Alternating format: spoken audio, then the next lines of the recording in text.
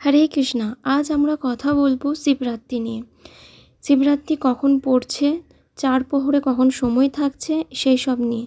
শিবরাত্রি শুধু একটা পুজোর দিন না, এক রাতে শিব নিজের জীবনে ঝুঁকিতে ফেলেছিলেন, আর সেই রাত আজ আমরা শিবরাত্রি হিসেবেই পালন করে থাকি।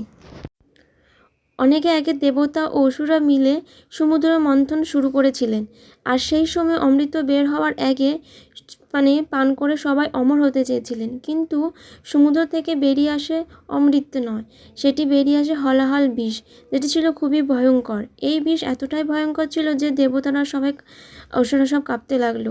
পুরো পৃথিবী ধ্বংসের দিকে ছিল।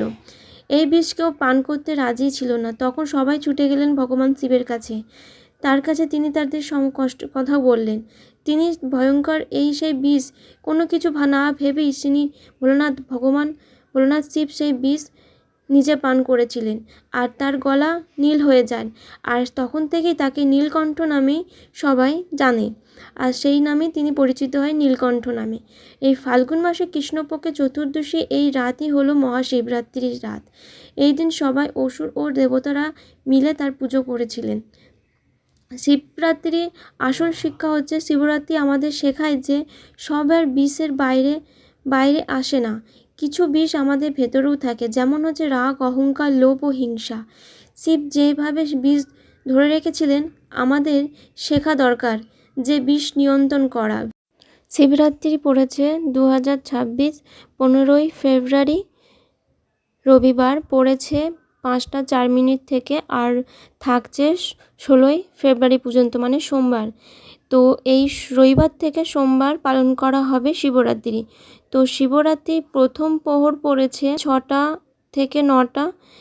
তখন কি দেবেন? ভোলানাথকে অর্পণ করবেন জল, দুধ, বেলপাতা ও সংসারে শান্তির জন্য। আর দ্বিতীয় প্রহরের সময় থাকছে রাত 9টা থেকে 12টা।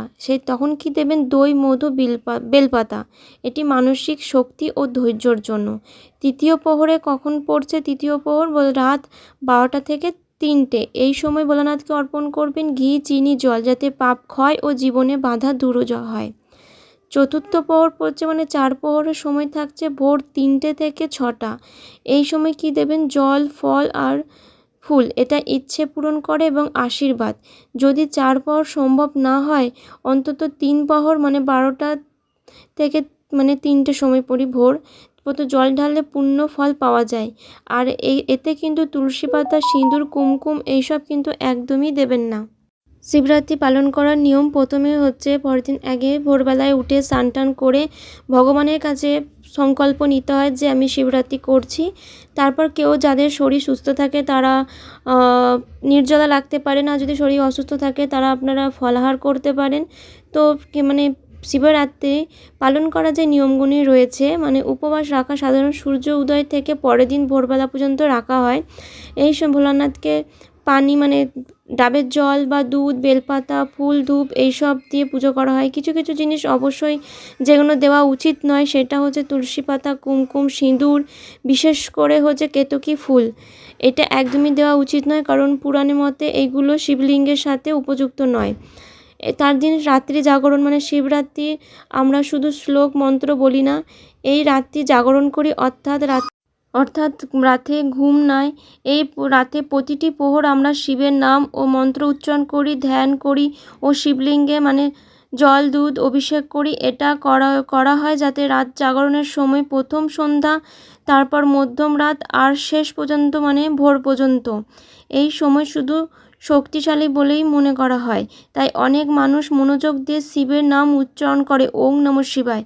আর এই দিন কি করবেন আর কি করবেন না, যেগুলো করবেন সেটি হচ্ছে, সেদিন উপোস থেকে বাবা ভোলানাথের শিবের মাথায় জল ঢালবেন, নাম জপ করবেন, ওং নমঃ শিবায় মন্ত্র জপ করবেন, মহাদেবের সমস্ত কিছু পাঠ করবেন। সেদিন পারলেন কাউকে কিছু দান করবেন, সকলকে ভালো কথা বলবেন। কিন্তু যেদিন এইগুলো করবেন না, যেগুলো হচ্ছে রাগ করবেন না, অহংকার দেখাবেন না, কাউকে কোনো কটু কথা বলবেন না, সেদিন নেশা কোনো দ্রব্যজাতীয় কিছু পান করবেন না। আর শিবলিঙ্গে একদমই তুলসী পাতা, কুমকুম এইসব ইত্যাদি একদমই দেবেন না।